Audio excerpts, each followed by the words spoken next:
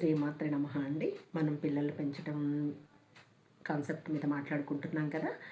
నిన్న మనం ఏం చెప్పుకున్నామంటే తల్లిదండ్రులు పిల్లలకి ఎట్టి పరిస్థితుల్లో ఒక విషయం చెప్పకూడదు అని చెప్పుకున్నాం కదా. ఆ విషయం ఏంటంటే, ఇప్పుడు తల్లి ఉందనుకోండి, పిల్లలతోటి నాన్నకి చెప్పొద్దు, నాన్నతో అనొద్దు, నాన్నకి తెలియనివ్వద్దు అనకూడదు. అదేవిధంగా తండ్రి కూడా పిల్లలకి మీ అమ్మకి చెప్పొద్దు, మీ అమ్మకి తెలియనివ్వద్దు, మీ అమ్మతో అనొద్దు అని చెప్పకూడదు. మహా అంటే ఏముంటాయండి, ఇంట్లో ఆడవాళ్ళకి పాలు పంకి పట్టము, లేకపోతే ఏదైనా పాలు కూరలు పిల్లలు తింటము, లేకపోతే ఇంట్లో ఏదైనా వస్తువులు పాడైపోవటము, ఇలాంటివి ఉంటాయి.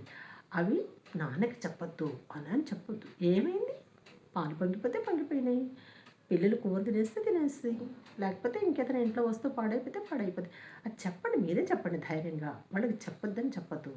అదేవిధంగా భర్త కూడా ఏముంటాయండి, పిల్లలకి తెలియకుండా అమ్మకి నాన్నకి చెప్పొద్దు అనేటువంటి విషయాలు ఏమన్నా ఉన్నాయి అంటే అవి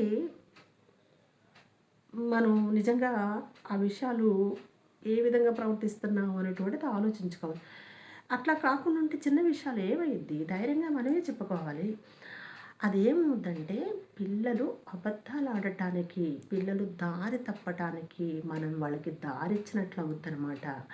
అంటే అమ్మకి చెప్పొద్దు, నాన్నకి చెప్పొద్దు అంటే వాళ్ళు మనల్ని బ్లాక్‌మెయిల్ చేయటానికి, వాళ్ళు కూడా అబద్ధాలు ఆడటానికి, వాళ్ళు కూడా అసత్యాలు ఆడటానికి మనమే వాళ్ళకి దారి చూపించినట్లు అవుద్దనమాట. వాళ్ళకి చిన్న విషయమా, పెద్ద విషయమా, దీనిలో ఏముంది అమ్మ చెప్పొద్దంది, దీనిలో ఏముంది నాన్నకి చెప్పొద్దు అన్నాడనేంత ఆలోచన వాళ్ళకు ఉండదు. చిన్నపిల్లలు కదా.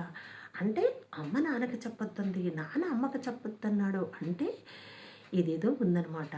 అంటే వీళ్ళని మనం ఏ విషయాల్లో అయినా బెదిరించొచ్చు అనమాట అని వాళ్ళకి ఒక తప్పు ఆలోచన వాళ్ళ మనసులోకి వస్తుంది. అందుకోసమే భార్యాభర్తలు పిల్లల దగ్గర అమ్మకి చెప్పొద్దు, నాన్నకి చెప్పొద్దు అనకుండా ఉంటే పిల్లల్ని మనం గట్టిగా మందలించడానికి అవకాశం ఉంటుంది. ఈ వీడియో మీకు నచ్చినట్లయితే లైక్ చేయండి, సబ్స్క్రైబ్ చేయండి.